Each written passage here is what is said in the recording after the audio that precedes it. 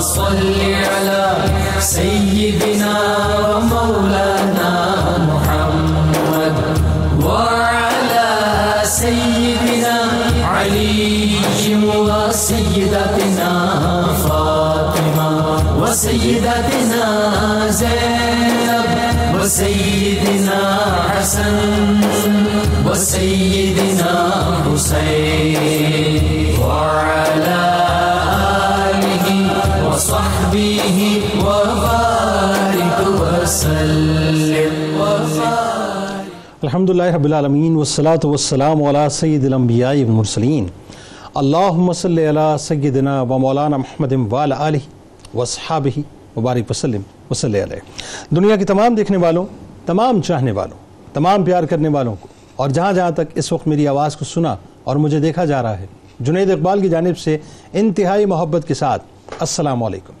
ایک بار پھر ناظرین، آپ کو پر نور صبح میں صبح نور کے ساتھ میں دل کی گہرائیوں سے خوش آمدید کہتا ہوں، اور آئیے بلا توقف چلتے ہیں حضرت ابو انیس محمد برکت علی علیہ رحمہ کی تعریف اسماء النبی کریم صلی اللہ علیہ وآلہ وسلم سے رسول اللہ صلی اللہ علیہ وآلہ وسلم کا ایک اسم مبارک پڑھنے اور سننے کی سعادت حاصل کرتے ہیں۔ سیدنا ساقی الحوض صلی اللہ علیہ وآلہ وسلم، ہمارے سردار حوض کوثر کے ساقی،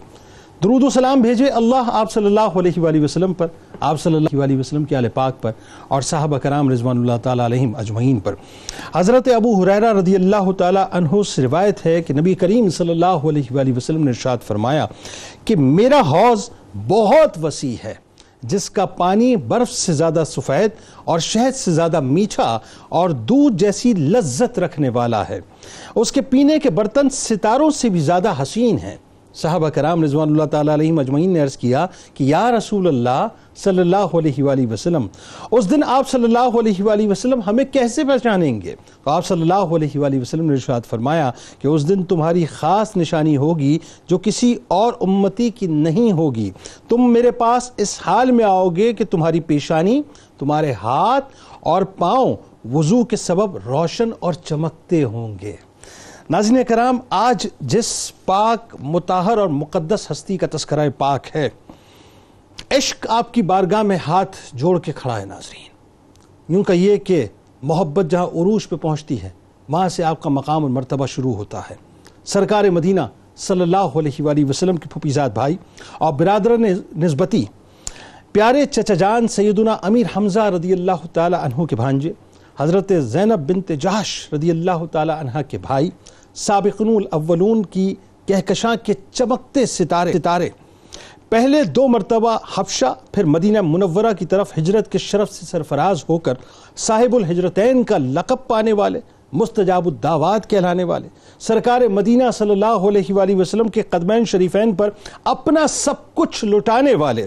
شہید احد حضرت عبداللہ بن جحش رضی اللہ تعالیٰ عنہ ناظرین وہ ہستی پاک ہیں کہ جن کا تذکرہ پاک آج انشاءاللہ ہم کرنے کی سعادت حاصل کریں گے، بلکہ یوں کہیے کہ ان کے غلاموں کے رجسٹر میں اپنا نام لکھوانے کی کوشش کریں گے، جو بعثت نبوی صلی اللہ علیہ وآلہ وسلم سے قبل بھی بت پرستی سے نفرت کرنے والے اور دین حنیف کی طرف میلان رکھنے والے، انتہائی پاکیزہ فکر اور ہر قسم کی فرسودہ رسوم سے پاک و صاف تھے، شجاعت و بہادری جن کا ترہ امتیاز تھی، سرکار دو جہاں صلی اللہ علیہ وآلہ وسلم کے لیے جینا اور سرکار مدینہ صلی اللہ علیہ وآلہ وسلم کے لیے ہی مرنا، یعنی ان پر اپنا سب کچھ لٹا دینا دراصل حضرت عبداللہ بن جحش رضی اللہ تعالیٰ عنہ کا ناظرین مشن عظیم تھا کہ مشکل ترین ایام میں جن اکابرین صحابہ کرام رضوان اللہ تعالیٰ علیہم اجمعین نے دین اسلام کے لیے اپنی خدمات بلکہ یوں کہیے کہ اپنا سب کچھ پیش کر دیا،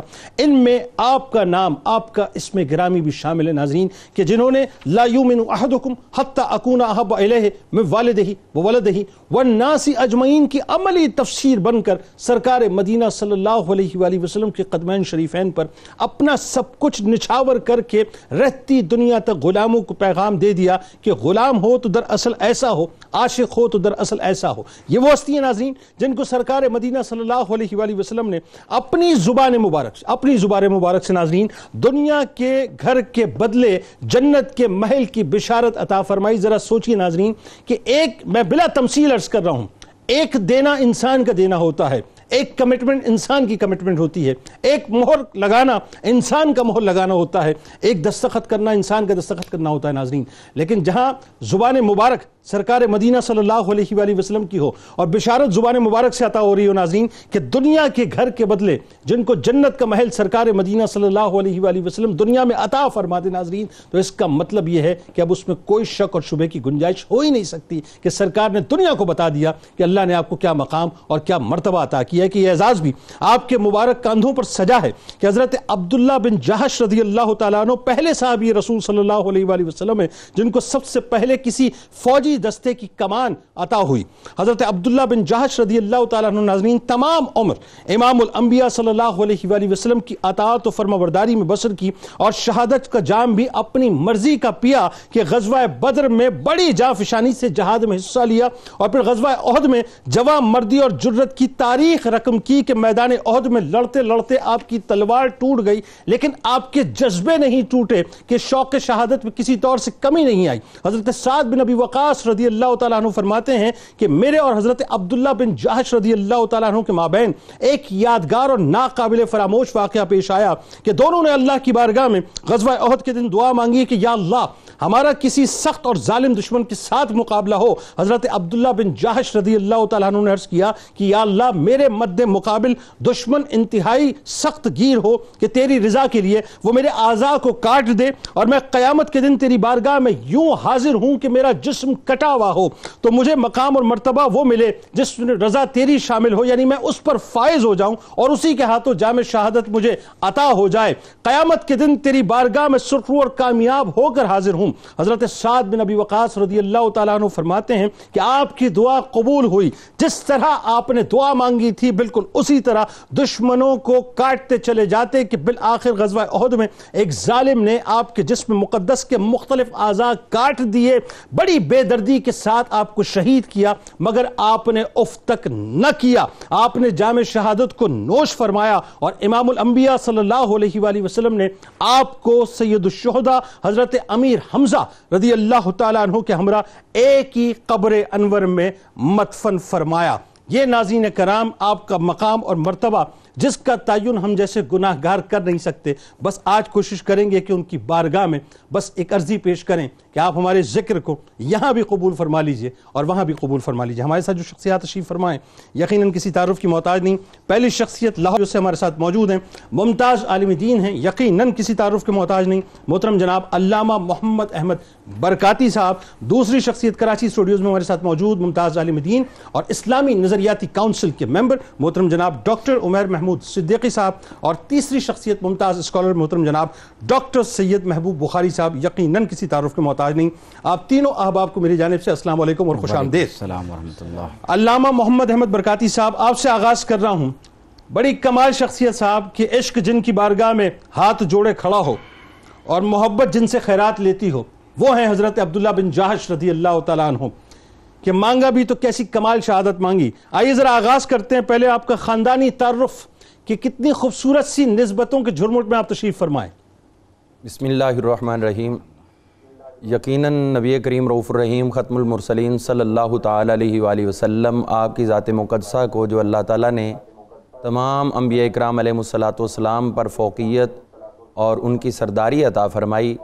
تو اسی طرح آپ کی امت کو بھی دوسری امتوں پر سرداری عطا فرمائی اور کنتم خیر امہ کہہ کر اس امت کے اوپر بہترین امت ہونے کا تاج سجا دیا۔ تو اس امت نے جو حضور صلی اللہ علیہ وسلم کی محبت کے اندر اپنا وقت گزارا اور خصوصیت سے ہر نبی کے صحابی سے حضور کے صحابی افضل ہیں، تو انہوں نے بھی اپنا حق ادا کیا کہ یہ ہمیں جو مقام اور مراتب ملے ہوئے ہیں یہ اس لیے نہیں کہ ہمیں مفت میں مل گئے ہیں، بلکہ اللہ تعالیٰ نے ہمیں اس قابل بھی بنایا ہے اور ان القابات اور ان عنایات کے واقعی اپنے کردار اور اپنے انداز کے ساتھ انہوں نے خود کو مستحق ہونا ثابت کیا ہے۔ انہی عظیم المرتبت ہستیوں میں سے جو انتہائی عظیم الشان رفیع الشان ہستی ہیں وہ حضرت سیدنا عبداللہ بن جہش رضی اللہ تعالیٰ عنہ کی ذات والا تبار ہے۔ حضرت عبداللہ بن جہش رضی اللہ تعالیٰ عنہ کا اگر خاندانی تعارف ہم دیکھیں تو اس میں حضور صلی اللہ علیہ وسلم کا انتہائی قرب ہمیں نظر آتا ہے کہ یہ حضور صلی اللہ علیہ وسلم کی پھوپھی جان حضرت امیمہ سلام اللہ تعالی علیہا کے لخت جگر ہیں، اور حضور صلی اللہ علیہ وسلم کے ساتھ انتہا کی محبت اور وارفتگی رکھتے ہیں، اور ان کو حضور صلی اللہ علیہ وسلم کے ساتھ جو سابقون الاولون ہونے کا ہر جگہ، ہر رنگ، ہر انداز میں یہ شرف اور درجہ ملا ہے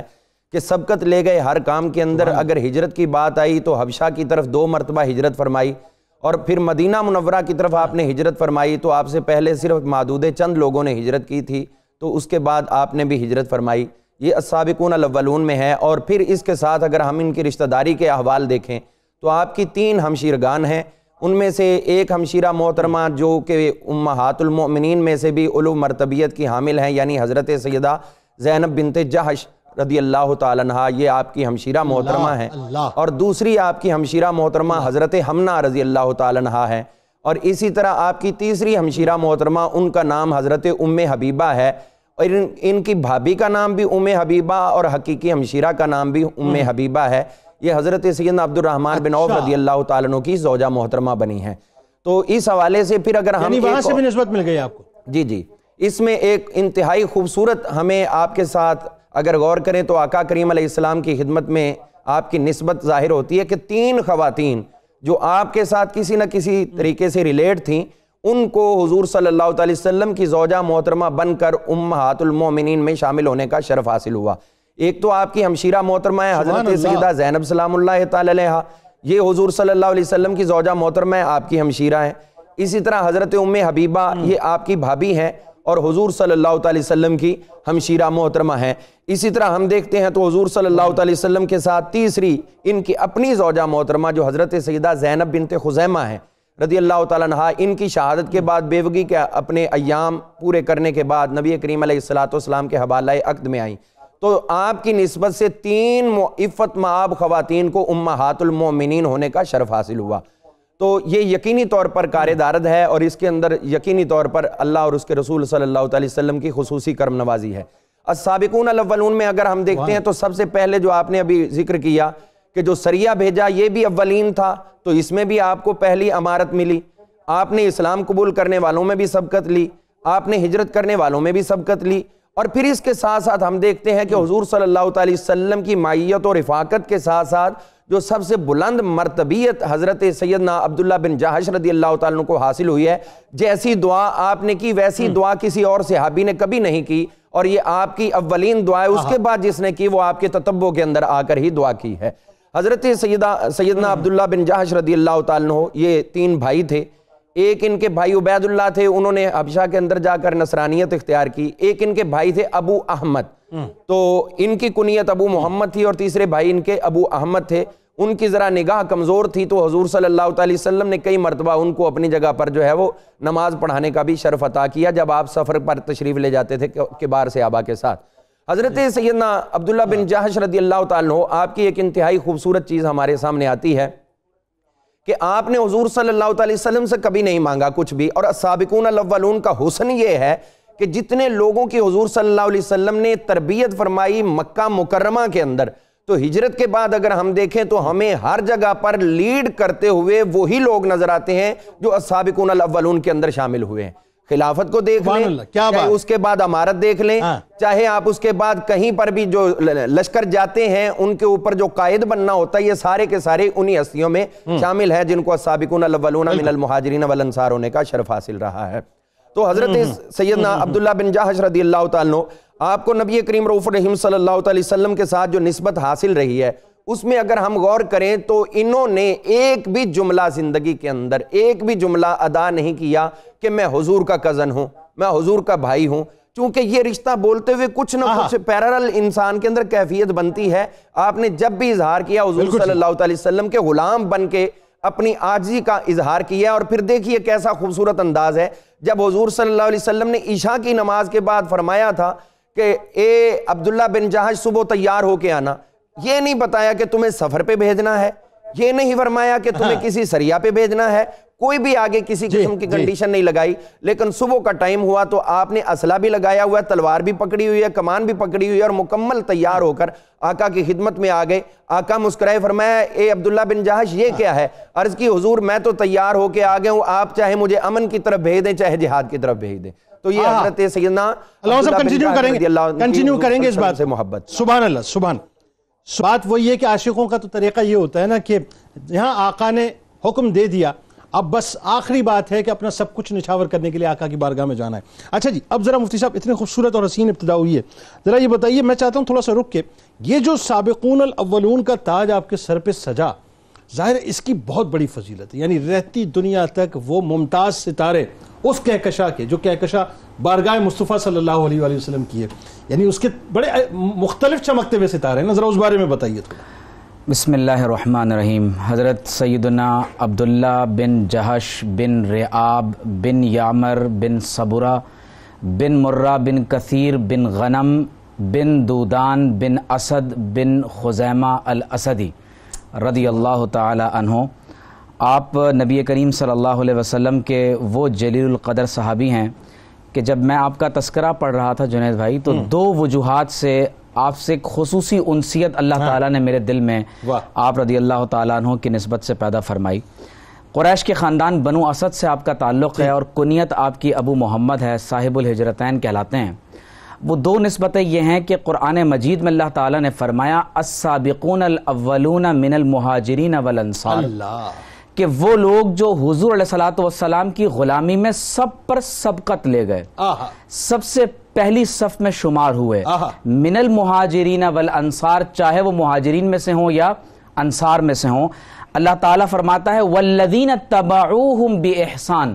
اور وہ لوگ جو ان صحابہ کی پیروی قیامت تک احسان کے ساتھ کرتے رہیں گے۔ تو عبداللہ بن جہش کا مقام کیا ہے؟ فرمایا رضی اللہ عنہم ورضوا عنہ، اللہ تعالیٰ ان سے راضی ہو گیا اور یہ اللہ سے راضی ہو گئے۔ وَأَعَدَّ لَهُمْ جَنَّاتٍ، اللہ نے ان کے لیے جنتیں تیار کر رکھی ہیں،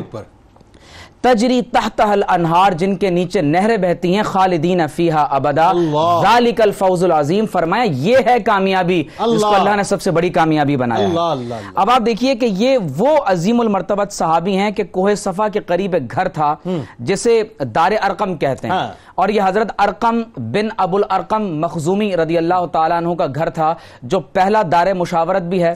پہلا مسلمانوں کا مدرسہ بھی ہے، اور وہ پہلا مقام ہے جہاں حضور علیہ السلام اولین صحابہ کے ساتھ نمازیں ادا کرتے تھے۔ یوں کہیے کہ اسلام کا پہلا پولیٹیکل ہب بھی وہی، پہلا پولیٹیکل ہب بھی وہی تھا۔ بہت خوبصورت یہ آپ نے جملہ استعمال کیا۔ اور حضرت عبداللہ بن جہش وہ ہیں جو دار ارقم کے قیام سے اور حضور کے وہاں داخلے سے پہلے ہی حضور علیہ السلام کی خدمت میں حاضر ہوئے۔ اچھا، اس پہ ایک بات پہ ضرور آپ روشنی ڈالیے گا۔ جب میں آپ کی حیات طیبہ پڑھ رہا تھا تو میں تو انگشت بدندہ اس اعتبار سے کہ اللہ تعالیٰ کیسے چنتا ہے، اور وہی بات ہے سعید روح جو ہوتی ہیں، سعید ارواح جو ہوتی ہیں، کہ آپ کی جبین اقدس جو ہے کبھی کسی بت کے آگے جھکی نہیں، اور دین حنیف پہ آپ پہلے سے قائم تھے، یعنی ابھی ظاہری اعلان نبوت بھی نہیں ہوا تھا۔ ضرور بتائیے۔ کچھ شخصیات ایسی ہیں جنہوں نے اپنے کردار اور اپنے دین کو دین ابراہیمی پر دور فطرت کے اندر بھی قائم رکھا، اور یہاں پر میں جو دوسری نسبت ہے جس کی وجہ سے مجھے بہت ان سے ایک عشق اور محبت ہو گیا،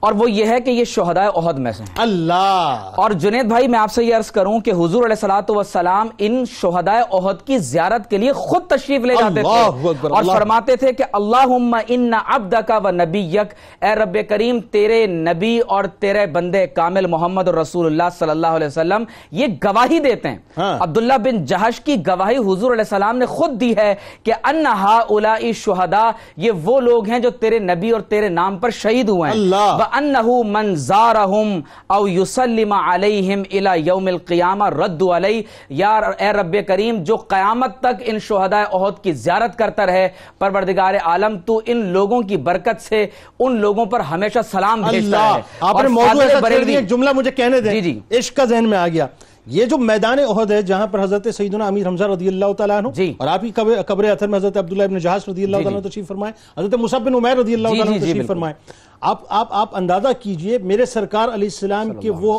حسین خوبصورت و متبرک آنسو مبارک جب اس سرزمین پہ گرے، ان شہداء احد کے جسم اثر کی خوشبوئیں آج بھی وہاں پر غلام محسوس کرتے ہیں کہ کوئی کافور کوئی بخور نہیں چل رہا ہوتا۔ جنید بھائی وہ عشق کے جو جذبے ہیں، حضرت عطاف بن خالد مخزومی اسی یعنی نسبت ہے، اپنی خالہ کے بارے میں فرماتے ہیں کہ وہ میری خالہ ایک مرتبہ اپنے 2 لڑکوں کے ساتھ اس مقام پہ زیارت سے گزری، تو انہوں نے وہاں کھڑے ہو کر سلام پیش کیا کہ اے عبداللہ بن جہش آپ پر سلام ہو،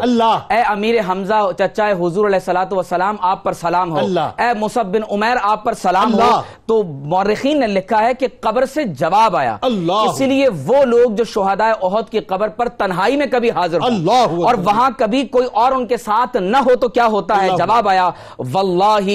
انا نعرفکم کما یعرف بعضنا بعضا، اللہ کی قسم ہم تمہیں ایسے ہی جانتے ہیں جیسے ایک دوسرے کو بھی جانتے ہیں۔ اللہ اکبر، سبحان اللہ۔ تو اسی لیے شہداء احد کے بارے میں یہ کئی مورخین نے لکھا ہے کہ ایک اور بزرگ نے لکھا، انہوں نے جا کر سلام پیش کیا، السلام علیکہ یا اما رسول اللہ صلی اللہ علیہ وسلم، تو قبر انور سے جواب آیا۔ تو گویا کہ دوسری نسبت یہ ہے کہ حضور علیہ الصلوۃ والسلام جو خاص طور پر یہ ارشاد فرماتے ہیں کہ جب احد کے لوگ شہید ہو گئے،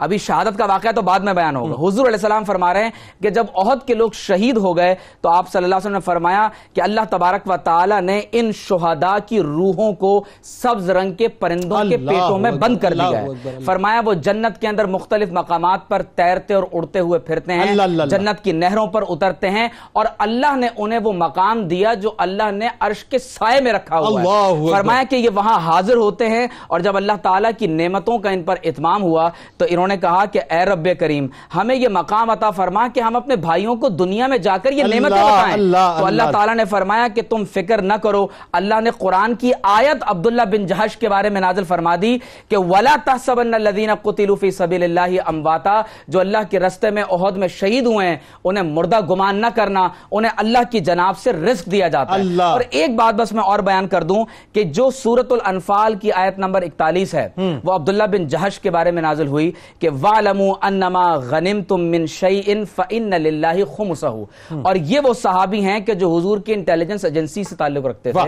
رازدار رسول صلی اللہ علیہ وسلم، کیونکہ ظاہر ہے وہ سریہ کا جو معاملہ ہے اور پھر وہ آپ کو ظاہر ہے نبی صلی اللہ علیہ وآلہ وسلم نے جو قیادت سونپی اس پہ تو باقاعدہ کلام ہونا ہے، لیکن ذرا ڈاکٹر صاحب یہ بھی تو بتائیے نا کہ ہجرتوں کا معاملہ بھی اتنا آسان نہیں تھا۔ ایک تو یہ کہ اس دور میں کہ جس دور میں جو ہے وہ اپنا بت پرستی عام تھی، شرک عام تھا، وہاں دین حنیف پہ رہنا، دور فطرت میں اپنے آپ کو مکمل طور پہ محفوظ رکھنا، پھر اس کے بعد سرکار علیہ السلام کے غلاموں میں علی اعلان اپنے آپ کو شامل کرنا، پھر ہجرتوں کا جو آپ کا واقعہ اور اس میں بھی خاص طور پہ اپنی پوری پراپرٹی سرکار علیہ السلام کی بارگاہ میں یعنی قدمین شریفین پہ نچھاور کر کے نکل جانا، ذرا بتائیے۔ بسم اللہ الرحمن الرحیم۔ بہت ہی اہم شخصیت پر آج ہم گفتگو کر رہے ہیں، اور ان شخصیات پر گفتگو کرنا جنید بھائی اس لیے بھی بہت ضروری ہے کہ حضور اکرم صلی اللہ تعالی علیہ وسلم کی جو سنتیں ہیں، یعنی جو قرآن کریم اپنے حال میں اس وقت ہمارے پاس موجود ہے، ان کو محفوظ رکھنے والی شخصیات صحابہ کرام ہیں۔ لہٰذا جتنی عقیدت، جتنی محبت اور جتنی تحقیق کے ساتھ آپ کی زندگی پر ہم گفتگو کریں گے، وہ دراصل اسی بات کا اظہار ہوگا اور اس کی مرر امیج ہوگی کہ حضور اکرم صلی اللہ تعالیٰ علیہ وسلم نے ہمیں کیا دیا۔ جہاں تک اس بات کا تعلق ہے کہ ہجرت کی گئی، ہمیں یہ بات بہت خوبی سے اور بہت اچھی طرح سے سمجھنی چاہیے کہ آج کل اس کا بالکل پیرالل ایک تصور ہے امیگریشن، جو کہ ہمارے ناظرین بہت خوب جانتے ہیں۔ اچھا، امیگریشن ایک ایسا ایونٹ ہوتا ہے جس کو آپ سیلیبریٹ کرتے ہیں۔ کیسے سیلیبریٹ کرتے ہیں؟ آپ کو پتا ہوتا ہے کہ جو میزبان ملک ہوگا وہ ہمیں شہریت بھی دے گا، ہمیں بنیاد برابری کے حقوق بھی ملیں گے، ہمیں کھانے پینے کو ملے گا، ہماری تعلیم ہوگی، ہمارا بزنس ہوگا۔ الغرض یہ کہ آپ برے سے اچھے کی طرف جا رہے ہیں۔ بلکہ اگر میں قطع کلام کی معذرت، اس کا اگر میں اپروپریٹ ورڈ اگر دیکھوں تو اس دور کے اندر پولیٹیکل اسائلم ہوتا ہے کہ اگر مثال کے طور پہ کسی ملک میں آپ انسیکیور اپنے آپ کو محسوس کرتے ہیں تو آپ دوسرے ملک میں اپلائی کر دیتے ہیں تو پولیٹیکلی آپ کو جو ہے وہاں سے تحفظ مل جاتا ہے۔ یہ بھی ایک تصور ہے، اور امیگریشن کا جو دوسرا تصور ہے وہ یہ ہے کہ یعنی برے سے اچھے کی طرف۔ بالکل ٹھیک۔ اب یہاں پر جو تصور ہجرت ہے جس کے اوپر ہم حضور اکرم صلی اللہ تعالیٰ علیہ وسلم اور صحابہ کرام کو منطبق کرتے ہیں آپ کی حیات کو، تو یہاں پر آپ اپنی ہر اچھی چیز کو چھوڑتے ہیں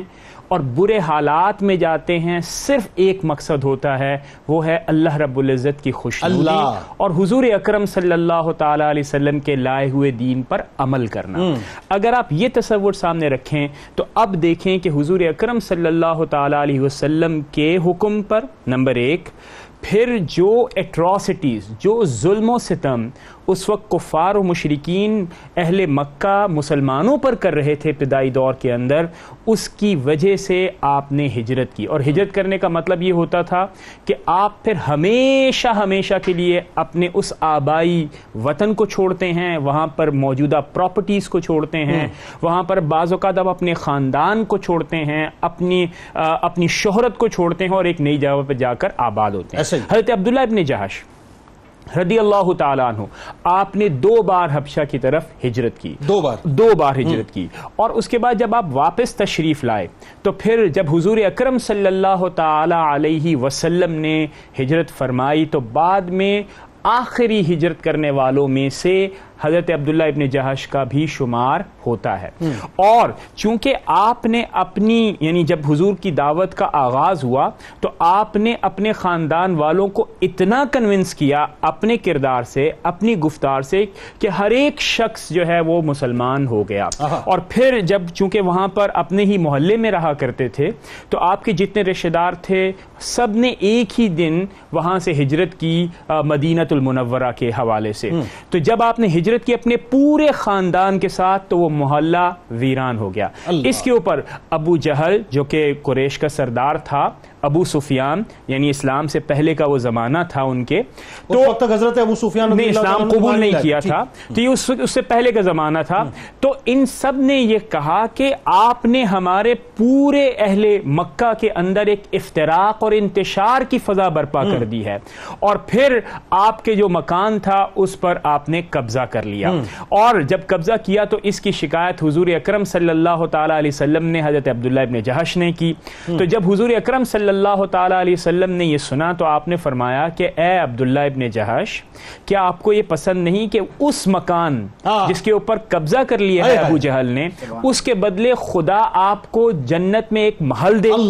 اور پھر دوبارہ آپ نے فرمایا کہ وہ محل آپ کو مل چکا ہے۔ یہ ہے حضور اکرم صلی اللہ تعالی علیہ وسلم کی عنایات۔ اور آپ خود دیکھیے کہ حضور اکرم صلی اللہ تعالی علیہ وسلم کی یہ تربیت یافتہ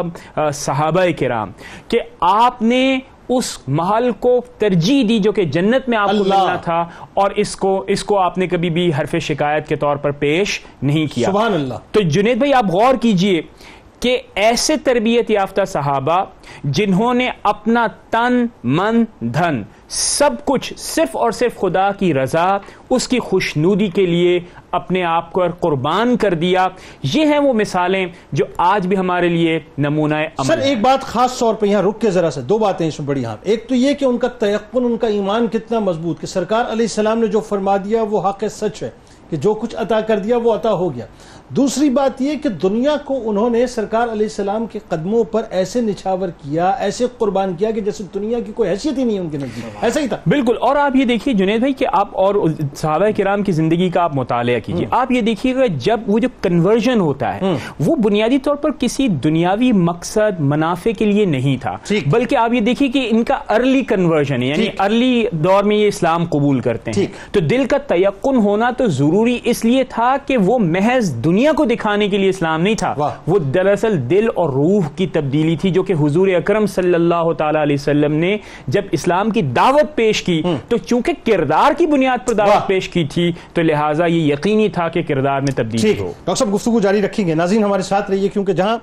غلاموں کا تذکرہ ہو اور وہاں آقا کی بارگاہ میں درود پاک نہ ہو، یہ ہو نہیں سکتا ناظرین۔ تو آئیے مل کر سرکار مدینہ صلی اللہ علیہ وآلہ وسلم کی بارگاہ اقدس میں ہم تمام مسلمان درود پاک کے نذرانے پیش کرتے ہیں، اور جب لوٹیں گے انشاءاللہ تو آپ کے جو اخلاق کریمانہ ہیں اور خاص طور پہ آپ کی جو برکتیں ہیں، آپ کی جو ماخات کرائی گئی ہے، اس حوالے سے انشاءاللہ علامہ برکاتی صاحب سے پوچھیں گے۔ اور ناظرین آپ نے جانا کہیں نہیں، کیونکہ آپ کی جو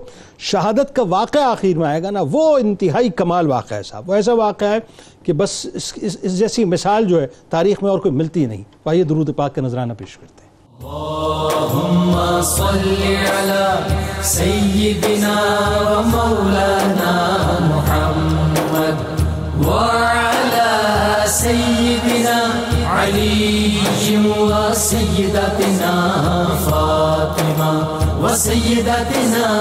زينب وسيدنا حسن وسيدنا حسين وعلى آله وصحبه وبارك وسلم. اللهم صل على سيدنا ومولانا محمد وعلى سيدنا علي وسيدتنا فاطمة وسيدتنا زينب وسيدنا حسن وسيدنا حسين وعلى آله وصحبه وبارك وسلم. ایک بار پھر ناظرین میں آپ کو خوش آمدید کہتا ہوں صبح نور کی خوبصورت سی براہ راست شریعت میں. اور تذکرہ پاک اتنی حسین اور اتنی ممتاز اور اتنی پاک ہستی کا ناظرین کہ میں ابھی وقفے پہ سوچ رہا تھا اور اچانک میرے ذہن میں ایک واقعہ آ گیا جو میں نے سوال کی صورت میں مفتی صاحب کے سامنے رکھا تھا. لیکن میں چاہتا ہوں کہ چونکہ عشق کی بات ہے اور سننے والے بھی سارے عاشق ہیں تو عاشقوں کے سامنے عشق کی یہ بات رکھ ہی دوں ورنہ پھر بخل ہو جائے گا. ناظرین کرام مجھے کچھ عرصے پہلے، اور یہ بات میں تواتر سے بہت سے لوگوں سے سن چکا، لیکن مجھے یہ واقعہ میرے بہت ہی ایک قریبی فیملی میں بتایا.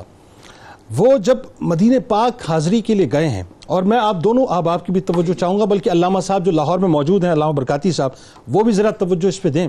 اور یہ کئی مرتبہ ناظرین سننے کو ملا، یہ ایک مرتبہ نہیں کئی مرتبہ سننے کو ملا، لیکن میں آپ کو ایک واقعہ بتا رہا ہوں.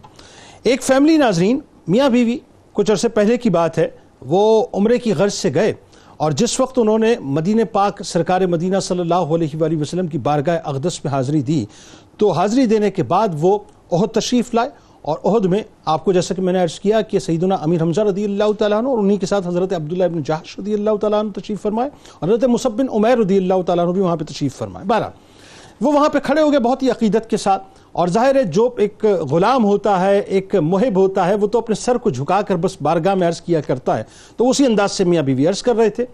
تھوڑی دیر کے بعد دعا کے لیے چونکہ انہوں نے ہاتھ اٹھائے ہوئے تھے، تو شوہر نے آنکھ کھولی، بیوی کی طرف دیکھا، بیوی نے آنکھ کھولی، شوہر کی طرف دیکھا، دونوں ایک دوسرے کو دیکھنا شروع ہو گئے. اور کیفیت یہ ہے کہ کچھ سوال کر رہے ہیں لیکن جواب جو ہے وہ اس کا اظہار نہیں کر پا رہے، اور دل ہی دل کے اندر من ہی من میں باتیں ہو رہی ہیں، آنکھوں میں باتیں ہو رہی ہیں. بہرحال جی وہ فاتحہ ہو گئی، دعا ہو گئی. دعا ہونے کے بعد دونوں نے ایک دوسرے سے کلام کیا کہ یہ بتائیے یہاں پر کہیں اگربتی جل رہی ہے؟ کہا جی اگربتی نہیں، کوئی بخور، کوئی اور لبان وغیرہ کہیں نہیں، کچھ نہیں، دور دور تک نشان نہیں. تو دونوں نے ایک دوسرے سے سوال بیک وقت کیا کہ آپ کو کوئی خوشبو محسوس ہوئی؟ کہا بہت زیادہ خوشبو محسوس ہوئی، انتہائی خوشبو محسوس ہوئی. اب دونوں نے ایک دوسرے کی انگلیوں کے پوروں کو سونگھنا شروع کیا، تو عالم یہ کہ جیسے پورے وجود کے اندر خوشبو بسی ہوئی ہے، اور ایک جیسے بھپکے ہوتے ہیں خوشبو کے، ایک لپیٹیں جو ہوتی ہیں خوشبو کی، وہ مستقل میدان احد سے آ رہی تھی. نتیجہ انہوں نے یہ نکالا صاحب کہ بات یہ ہے کہ یہ جو مقام اللہ تعالیٰ نے ان کو عطا کیا ہے، پھر اس مقام کو اللہ تعالیٰ اسی انداز سے غلاموں پر آشکار کیا کرتا ہے کہ ان کی مہک رہتی دنیا تک لوگ محسوس کرتے رہیں گے کہ دور دور تک ناظرین کئی اگربتیوں کا، بخور کا نام و نشان نہیں تھا، لیکن وہی بات ہے کہ اس مٹی میں پسینہ مبارک سرکار علیہ السلام کا موجود تھا، آنسو مبارک سرکار علیہ السلام کے موجود تھے، اور وجود مطہر وہ ہستیاں ناظرین، یعنی ان ہستیوں کے وجود، پاک وجود وہاں پر موجود تھے کہ جن کی وجہ سے مستقل وہ وادی جو ہے وہ خوشبوؤں سے مہک رہی ہے اور اسی انداز سے مہکتی رہے گی. تو آئیے بات کو آگے بڑھاتے ہیں علامہ صاحب، اور آپ کی طرف آتے ہیں. یہ تو علامہ صاحب یعنی یوں سمجھ لیجئے ہستیاں اپنے وجود کا پتہ خود دیتی ہیں، اور وہی بات ہے غلام تو جو ہیں وہ بنیادی طور پر خوشبوؤں سے پہچان لیا کرتے ہیں کہ وہاں پہ موجود ہیں. اچھا جی، سوال میں آپ سے یہ کرنا چاہ رہا ہوں، بنیادی طور پہ یہ بتائیے کہ جو آپ کی مواخات ہوئی اور ساتھ ساتھ جو آپ کا اخلاق کریمانہ ہے کہ جس میں بدر کے موقع پہ میں خاص طور پہ جو اس کی ہمیں بہت ہی خوبصورت سی مثالیں نظر آتی ہیں، اور آپ کی برکتوں سے جس انداز سے دین اسلام میں لوگ داخل ہوئے، ذرا اس حوالے سے بتائیے. جی یقینی طور پر حضرت سیدنا عبداللہ بن جحش رضی اللہ تعالیٰ عنہ جو آقا کریم علیہ السلام کے تربیت یافتہ اور آپ سے فیض حاصل کرنے والی عظیم شخصیات میں سے ایک ہیں، ان کے فیوز و برکات آگے بھی منتقل ہوئے. حضرت میں ایک بات کرنے سے اس سے پہلے ذرا ابھی ذکر ہوا تھا حضرت ابو سفیان کے حوالے سے کہ انہوں نے مکان کا جو ہے وہ قبضہ کیا اور فروخت کیا. میں تھوڑی سی اس کی وضاحت سامعین کے لیے عرض کر دوں کہ وہ انہوں نے اس بیس پہ اس کو فروخت کیا تھا قبضہ کر کے، چونکہ ان کی 2 بیٹیاں ان 2 بھائیوں کے گھر میں تھیں، حضرت عبداللہ بن جہش کے، عبید اللہ بن جہش کے گھر میں جو تھی حضرت ام حبیبہ، یہ ان کی بیٹی تھیں، اور ان کے جو چھوٹے بھائی تھے ابو احمد، ان کے گھر کے اندر ان کی دوسری بیٹی فارعہ یہ تھیں۔ تو اس حوالے سے وہ قریبی ترین رشتہ دار سمجھتے تھے کہ اب اس کے بعد تو کوئی آئے گا نہیں، تو لہٰذا کوئی ادھر خالی پڑے رہیں گے تو کچھ چیزیں اٹھا کے لوگ لے جائیں گے، تو انہوں نے اس کو فروخت کر دیا، تو یہ اپنا حق سمجھتے ہوئے۔ خیر، اچھا علامہ صاحب ذرا سا مجھے موقع دیجیے گا، قطع کلام کی معذرت، مجھے 2 کالرز کو شامل کرنا ہے اور یہیں سے کنٹینیو کرتے ہیں۔ نعیم احمد صاحب ہمارے ساتھ کبیر والا سے ہیں، السلام علیکم۔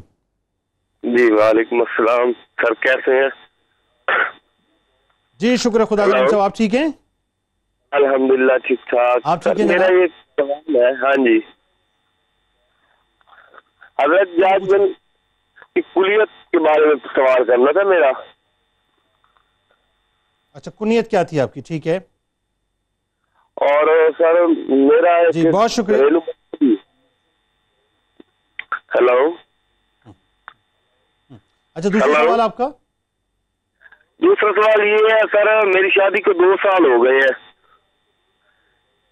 تو 2 سال سے میرا کوئی بھی کام 1 ماہ تک نہیں لگا۔ اچھا کام آپ کا نہیں ہوتا، ٹھیک ہے جی، اس حوالے سے علامہ صاحب سے پوچھ لیتے ہیں کہ آپ کو کوئی وظیفہ وغیرہ بتا دیں۔ آپ کو بہت شکریہ، آپ نے ہمیں جوائن کیا۔ اگلے کالر ہمارے ساتھ ہیں سید جعفر صاحب، السلام علیکم۔ جی وعلیکم السلام۔ جی جعفر صاحب لاہور سے بات کر رہے ہیں آپ، فرمائیے۔ جی میرا سوال یہ تھا، درد میں مبارکباد پیش کرتا ہوں، بہت اچھا پروگرام لے کے ہم چل رہے ہیں، تو جی بہت شکریہ سعید صاحب، فرمائیے۔ یہ جو 4 دیواری ہے جہاں حضرت امیر حمزہ آرام فرماتے ہیں، مصعب بن عمیر ہیں، یہ عبداللہ بن جاش، ان کے علاوہ بھی کوئی قبور ہیں جو اس کے اندر؟ اچھا ٹھیک ہے، بالکل پوچھ لیتے ہیں علامہ صاحب سے، بہت شکریہ آپ نے ہمیں جوائن کیا۔ اچھا علامہ صاحب، ایک تو یہ کہ کنیت تو ظاہر مفتی صاحب نے بتائی دی تھی، لیکن آپ ذرا اس کو ریپیٹ کر دیجئے، اور ساتھ ساتھ کوئی وظیفہ اگر آپ ان کا کام نہیں چلتا وہ بھی بتا دیجئے، اور جو باؤنڈری وال بنی ہوئی ہے جہاں پہ حضرت عبداللہ ابن جہش رضی اللہ تعالیٰ عنہ، حضرت سیدنا امیر حمزہ رضی اللہ تعالیٰ عنہ، حضرت مصعب بن عمیر رضی اللہ تعالیٰ عنہ تشریف فرمائے، ان کے علاوہ بھی کوئی اور صحابی وہاں پر ہے؟ پلیز ذرا بتائیے۔ جی کنیت آپ کی ابو محمد تھی، اور اس پہ بھی میں ایک بات عرض کر دوں، آپ کی جو ابھی سوال آپ نے پہلے فرمایا اس کے ساتھ یہ ریلیٹ بھی ہے کہ آپ کے جو مواخات کے اندر بھائی بنائے گئے تھے حضرت عاصم رضی اللہ عنہ، تو ان کو بھی اللہ نے ایک بیٹا دیا، انہوں نے بھی اس کا نام محمد رکھا، اور حضرت عبداللہ بن جہش رضی اللہ تعالیٰ عنہ کا بھی ایک بیٹا تھا، اس کا بھی نام آپ نے محمد رکھا۔ تو یہ اوپر دونوں بھائی تھے اور نیچے دونوں نے اپنے نام جو ہے آقا کریم علیہ السلام کی نسبت اختیار کرتے ہوئے اپنے صاحبزادوں کے رکھے ہیں۔ تو جہاں تک یہ بات ہے کہ وہ باؤنڈری کے اندر، تو یقینی طور پر اس باؤنڈری کے اندر تمام صحابہ اکرام رضوان اللہ علیہم مجمعین کی قبور مبارکہ ہیں جو 70 شہید ہوئے تھے، اور یہ اصل میں جب وہاں نہر نکالی جانے لگی تھی تو حضرت امیر معاویہ رضی اللہ عنہ نے اعلان کر دیا تھا کہ یہاں سے نہر گزرنی ہے مدینہ منورہ کے لیے میٹھے پانی کے لیے، تو مزارات کی منتقلی پھر کروائی گئی ایک جگہ پر، تو ان کی حفاظت کے لیے جو ہے وہ باؤنڈری وال لگا دی گئی تاکہ قبور مبارکہ کی حفاظت رہے۔ اور وظیفے کی جو بات ہے اس کے لیے بے شمار وظائف موجود ہیں، تو زیادہ تر آپ جو ہے وہ یا رازق یا نافع اس کو پڑھیں اپنے نام کے اعداد نکال کر، تو انشاءاللہ اللہ تعالیٰ رزق بھی دے گا اور اس میں خیر و برکت بھی عطا فرمائے گا انشاءاللہ۔ تو میں آپ بات وہیں سے کنٹینیو کیجئے۔ ہاں جی اس سوال کی طرف آتا ہوں، تو یہ ہے کہ جب جنگ بدر ہوئی تو اس وقت آپ نے ولید بن مغیرہ اس کو قیدی بنایا، اور یہ خالد بن ولید اس وقت جو ابھی تک مسلمان نہیں ہوئے تھے ان کے یہ بھائی تھے، تو جب ان کو قیدی بنایا گیا تو اس کے بعد وہ چھڑانے کے لیے آئے، تو دونوں بھائی آئے، خالد بن ولید بھی اور ان کے ساتھ ان کے دوسرے بھائی ہشام بھی، تو انہوں نے آ کے چھڑانے کی بات کی، تو انہوں نے ان کا فدیہ مانگا وہ 4000 درہم،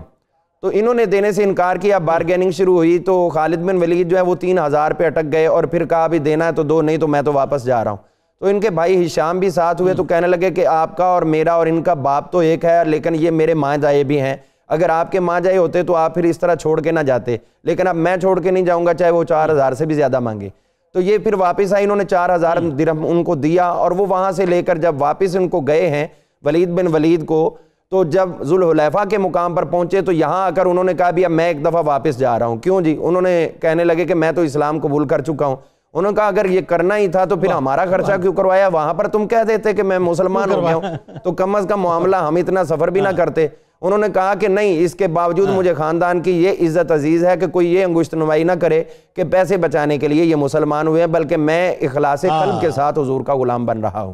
اب اس کے بعد جب یہ واپس آئے ہیں تو ایک موقع پر حضور صلی اللہ علیہ وسلم، ابھی فیضان کی بات عرض کر رہا ہوں کہ آپ کا حضرت عبداللہ بن جہش کا فیضان آگے کہاں کہاں تک پہنچا ہے۔ تو ہوا یہ کہ اس وقت آپ نے جب ولید بن مغیرہ آ گئے آقا کی خدمت میں، انہی کے آزاد کردہ، تو حضور صلی اللہ علیہ وسلم نے ایک موقع پر ارشاد فرمایا کہ خالد جیسا شخص جو ہے وہ اسلام سے دور رہے، یہ بات سمجھ آنے والی نہیں ہے، یہ کب تک دور رہے گا؟ لو اتانا خالد لاکرمناہ، اگر خالد بن ولید ہمارے پاس ہے تو ہم اس کو بہت زیادہ عزت دیں گے، اس کو پتہ نہیں ہے تو دنیا کے پیچھے بھاگ رہا ہے، ہم دنیا میں بھی عزت دیں گے، آخرت میں بھی دیں گے۔ اب ولید بن ولید نے ان کو خط لکھا کہ حضور تو اتنی تمہارے اوپر شفقت رکھتے ہیں، باوجود اس کے کہ آپ نے جو ہے حضور صلی اللہ علیہ وسلم کے چچا اور دیگر سب کو شہید کیا ہے، حضرت عبداللہ بن جہش وغیرہ کو، لیکن اس کے باوجود حضور کا جو بحر بے کراں ہے کرم و عنایات کا، وہ تمہارے لیے ابھی تک بھی موجزن ہے، لہٰذا تم دیر نہ کرو۔ تو اس چیز نے ان کو اسلام کی طرف مائل کیا۔ اس کے بعد ولید بن مغیرہ کو جو ہے حضور صلی اللہ علیہ وسلم نے ایک سریہ کی طرف اسفان کے قریب بھیجا، اس کی طرف جب آپ گئے ہیں تو وہاں جا کر، بلکہ اگر میں اس کو سمیٹ کے کہوں کہ جو مکہ مکرمہ کے اندر 2 قیدی لوگ تھے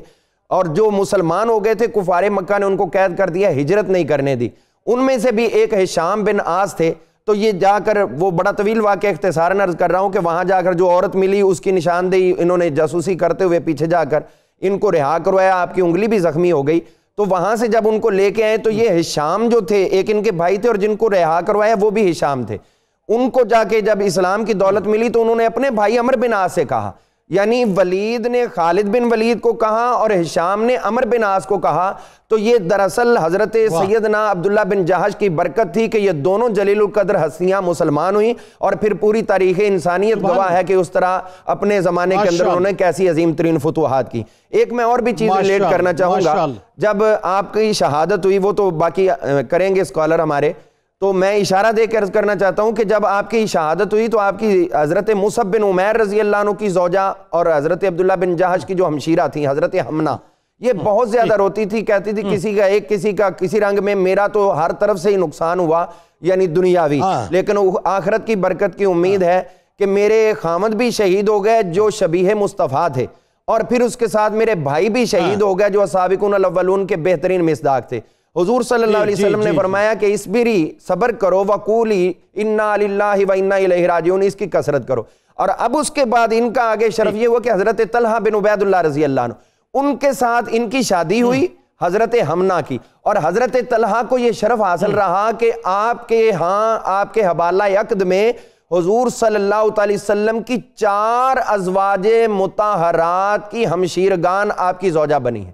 یعنی جن کو ہم خواہر نسبتی کہہ لیں، حضور کی سالیاں صاحبان، وہ حضرت طلحہ کی 4 حضور کی ازواج سے ان کی جو ہے وہ ازواج بنی ہیں۔ یہ بھی بہت بڑا عظیم المرتبت آپ کا سبحان اللہ، ماشاءاللہ، اللہ سے بہت خوبصورت گفتگو آپ نے فرمایا۔ مفتی صاحب ذرا یہ بتائیے اب ساتھ ساتھ کہ اب جو ایک خاص طور پہ آپ کو جو شرف حاصل ہوا، جو پہلے کمانڈر کا یا پہلے امیر کا، وہ جو سریہ ہے اس کی قیادت کرنا، پھر آیات کا آپ کی موافقت میں اترنا، ذرا وہ پورا واقعہ ذرا تفصیل سے بیان کیجیے۔ دیکھیے، میں جو بھائی نے ایک سوال کیا کہ وہاں کتنی قبور مبارکہ ہیں، تو وہ جو پورا خطہ ہے تقریباً 70 صحابہ کرام رضوان اللہ تعالی علیہم اجمعین جو شہداء احد میں سے ہیں، انہیں اسی خطے زمین میں دفن کیا گیا۔ لیکن بالخصوص ایک اور جلیل القدر صحابی جو اسی احاطے میں مدفون ہے جہاں سید الشہداء امیر حمزہ رضی اللہ تعالیٰ عنہ ہیں، تو ان میں حضرت حنظلہ بن عامر رضی اللہ تعالیٰ عنہ بھی ہیں جنہیں غسیل الملائکہ کہا جاتا ہے۔ اور جو بات آپ نے کہی کہ وہاں جو بھی جاتا ہے وہ الگ کیفیت محسوس کرتا ہے، تو اس کی وجہ یہ ہے کہ خصوصی طور پر حضور علیہ السلام کی دعا یہ ہے کہ قیامت تک جو لوگ بھی وہاں شہداء احد کو سلام کریں گے وہ اللہ کے اذن سے ان کو سلام کا جواب بھی عنایت فرماتے ہیں۔ اب آپ دیکھیے کہ یہ بدری صحابہ میں سے ہیں، حضرت عبداللہ بن جہش رضی اللہ تعالی عنہ، اور نبی کریم صلی اللہ علیہ وسلم نے ان کے لیے دعا فرمائی کہ اللہ تبارک و تعالی نے اہل بدر کی طرف اپنی شان کے مطابق پروردگار عالم نے توجہ فرمائی، اور حدیث شریف میں ہے کہ لعل اللہ اطلع علی اہل بدر، اللہ نے ان کی طرف توجہ فرمائی اور فرمایا کہ اعملوا ما شئتم فقد غفرت لکم، اے اہل بدر تم جو چاہو کرو، میں نے تمہاری مغفرت کا اعلان فرما دیا ہے۔ تو عبداللہ بن جہش رضی اللہ تعالیٰ عنہ بدری صحابہ میں سے ہیں۔ پھر آپ کا ایک لقب ہے، آپ کو المجدع فی سبیل اللہ کہا جاتا ہے. مجدہ عربی میں کہتے ہیں جس کی ناک کان اعضاء کو کاٹ دیا گیا. تو یہ آپ کا خاص لقب ہے, مسلح کیا گیا, اس کو بھی ذہن میں رکھا جائے. حضرت سعد بن ابی وقاص رضی اللہ تعالیٰ عنہ فرماتے ہیں کہ نبی کریم صلی اللہ علیہ وسلم نے ایک روز ارشاد فرمایا کہ لَأَبْعَثَنَّ عَلَيْكُمْ رَجُلًا, میں تمہارے لیے ایک ایسے شخص کو امیر مقرر کرنے والا ہوں کہ جو تم میں سب سے زیادہ بھوک اور پیاس کو برداشت کرنے والا ہے, انتہائی صابر. اب آپ دیکھیے کہ حضرت عبداللہ بن جحش ہجرت حبشہ کی طرف اور ہجرت مدینہ منورہ میں خود کو یہ ثابت کر چکے ہیں کہ اپنا سب کچھ حضور علیہ السلام کے نام پر قربان کرنے والے ہیں. اور میں یہ بھی معلومات میں اضافہ کرتے چلوں تمام احباب کے کہ آپ حضرت سیدہ سویبہ رضی اللہ تعالی عنہا کے رضائی بیٹے بھی ہیں. اس کا مطلب یہ ہوا کہ محمد رسول اللہ صلی اللہ علیہ وسلم کے رضائی بھائی بھی اس رشتے سے آپ قرار پاتے ہیں. آپ دیکھیے کہ حضرت عبداللہ رضی اللہ تعالیٰ عنہ حضور علیہ السلام کے رازدار صحابی ہیں. آپ صلی اللہ علیہ وسلم نے آپ کو امیر مقرر کیا, اور مورخین فرماتے ہیں یہ سب سے پہلے امیر ہیں جو مقرر کیے گئے, اور ان کی قیادت میں حضرت ابو حذیفہ, حضرت عمر, حضرت سعد, حضرت عامر, حضرت عتبہ اور حضرت صفوان رضی اللہ تعالی عنہ مجمعین کو باقاعدہ ان کی قیادت میں بھیجا گیا. حضور علیہ السلام نے خط عطا فرمایا اور فرمایا کہ جب فلاں مقام پر پہنچو تو وہاں جا کر یہ خط تمہیں پڑھنا ہے. تو آپ کو حکم دیا گیا کہ طائف اور مکہ کے درمیان نخلہ کے مقام پر پڑاؤ ڈالو. اور جب آپ نے وہ خط کھول کر دیکھا اور فرمایا کہ قریش کی خفیہ سرگرمیوں پر باقاعدہ توجہ کی جائے. تو دو آیات ہیں جو آپ کے بارے میں نازل ہوئیں, یسألونک عن الشہر الحرام قتال فیہ قل قتال فیہ کبیر. یہ جو باقاعدہ رجب سے متعلق کہ کیا ان مہینوں کے اندر جنگ و قتال حرام ہے یا جائز ہے, اس سے متعلق یہ آیت عبداللہ بن جحش کے پہلے سریہ کے بارے میں نازل ہوئی. اور یہ وہ پہلے صحابی ہیں کہ جنہوں نے سب سے پہلے وَاعْلَمُوا أَنَّمَا غَنِمْتُم مِّن شَيْءٍ فَإِنَّ لِلَّهِ خُمُسَهُ, حضور علیہ الصلوۃ والسلام کی خدمت میں مال غنیمت پیش کیا, اور اس میں سے جو خمس کا حصہ تھا وہ نبی کریم صلی اللہ تعالی علیہ وسلم کی بارگاہ اقدس میں. اچھا, یہ جمادی الثانی کا آخر تھا, بالکل جی آخری حصہ تھا, اور ان کو اندازہ نہیں تھا کہ وہ جس کو قتل کرنے جا رہے ہیں تو کیا وہ رجب کا مطلب وہ ایک پروپیگنڈا انہوں نے کیا تھا بنیادی طور پر, مخالفین نے اس کو ایگزیکیوٹ کیا. بالکل ایسا ہی. تو آپ کی ہی حق میں یہ آیات نازل, اللہ تبارک و تعالی نے یہ دو آیات مقدسہ انہی کے حق میں, ورنہ جو غزوہ بدر اور شہداء احد کے لیے آیات ہیں تو ان میں اور السابقون الاولون میں عبداللہ بن جحش رضی اللہ تعالیٰ عنہ ضرور شامل. ڈاکٹر صاحب آخر میں آپ کی شہادت, منفرد دعا, منفرد شہادت بتائیے. بسم اللہ الرحمن الرحیم. حضرت عبداللہ بن جحش رضی اللہ تعالیٰ عنہ, جیسے کہ ابھی اس سے پہلے والی تاریخ میں ہمیں پتہ چلا, تو حضرت عبداللہ بن جحش نے غزوہ احد سے پہلے دعا مانگی, اور دعا کچھ ایسی تھی کہ یا میرے پروردگار, ہم اس غزوہ میں شریک تو ہو رہے ہیں, میرا مقابلہ ایک مضبوط دشمن سے کرنا, اور وہ دشمن مجھ پر غالب آئے اور مجھے قتل کرے, اور مجھے قتل کرنے کے بعد میری ناک کو کاٹے, میرے کان کو کاٹ دے, اور جب یہ سب کچھ ہو جائے اور میں تیری راہ میں قربان ہو جاؤں. تو جنید بھائی ذرا غور کیجئے گا, حضرت عبداللہ بن جحش فرما رہے ہیں کہ جب میں اس طرح قربان ہو جاؤں اور تیری بارگاہ میں پیش ہوں, اور پھر تو جب سوال کرے مجھ سے کہ اے عبداللہ ابن جحش اس حال میں کیسے, یہ تمہارے جسم کے ساتھ کیا ہوا, تو میں اس وقت آپ کو جواب دوں کہ اے اللہ تعالیٰ, تیری خوشنودی اور تیرے بھیجے ہوئے رسول حضرت محمد مصطفیٰ صلی اللہ تعالی علیہ وسلم کی راہ میں میں نے اپنے آپ کو قربان کیا. تو جنید بھائی آپ غور کیجئے کہ آپ دیکھیے کہ یہ دعا آپ کی قبول ہوئی, اور جب آپ کی یہ دعا قبول ہوئی تو اس سے بڑھ کر کوئی اور مقام نہیں ہو سکتا. اسی دعا کے بعد پھر آپ نے میدان جنگ میں بہت ہی بہادری کے ساتھ جنگ میں شریک ہوئے. جو آپ کے پاس پہلے سے تلوار موجود تھی اس کو آپ نے اتنے زوردار انداز میں استعمال کیا کہ وہ تلوار میدان جنگ میں ٹوٹ گئی. حضور اکرم صلی اللہ تعالی علیہ وسلم کی بارگاہ میں حاضر ہوئے. ایک روایت کے مطابق آپ نے کھجور کی شاخ آپ کو پیش کی جو کہ تلوار میں بدل گئی.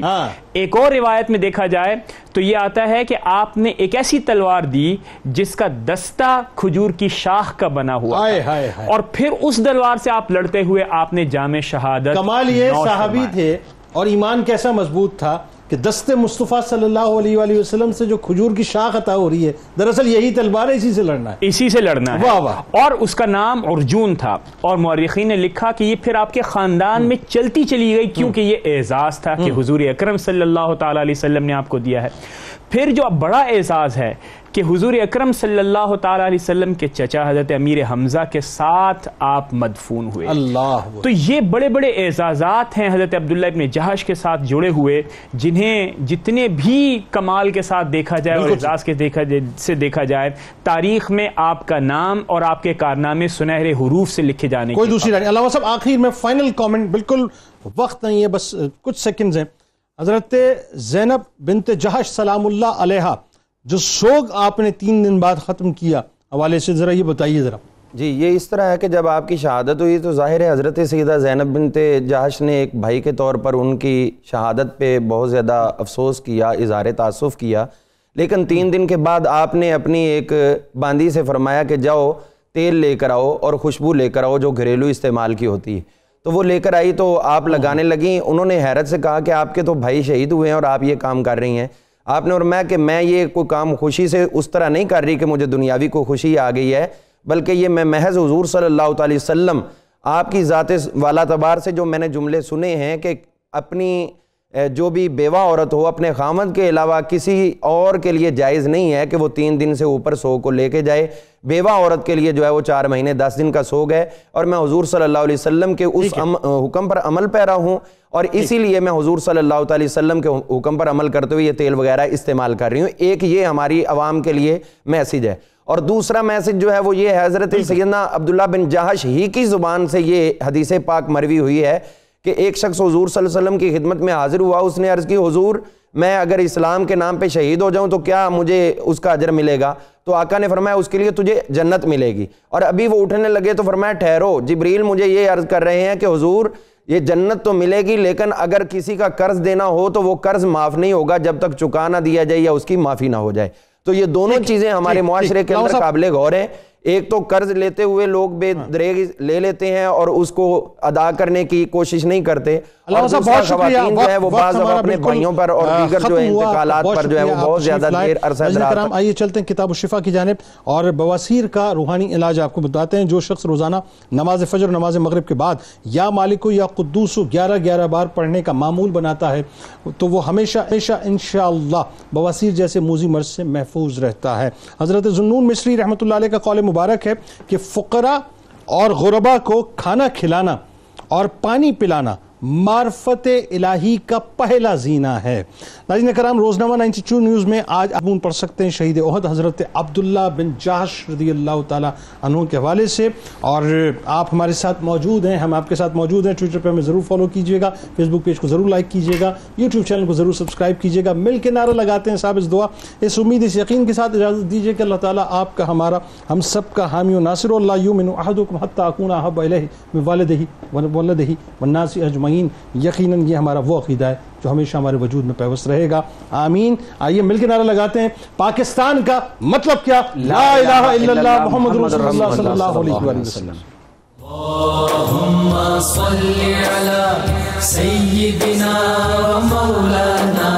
محمد وعلى سيدنا علي وسيدتنا فاطمة وسيدتنا زينب وسيدنا حسن وسيدنا حسين وعلى آله وصحبه وبارك وسلم.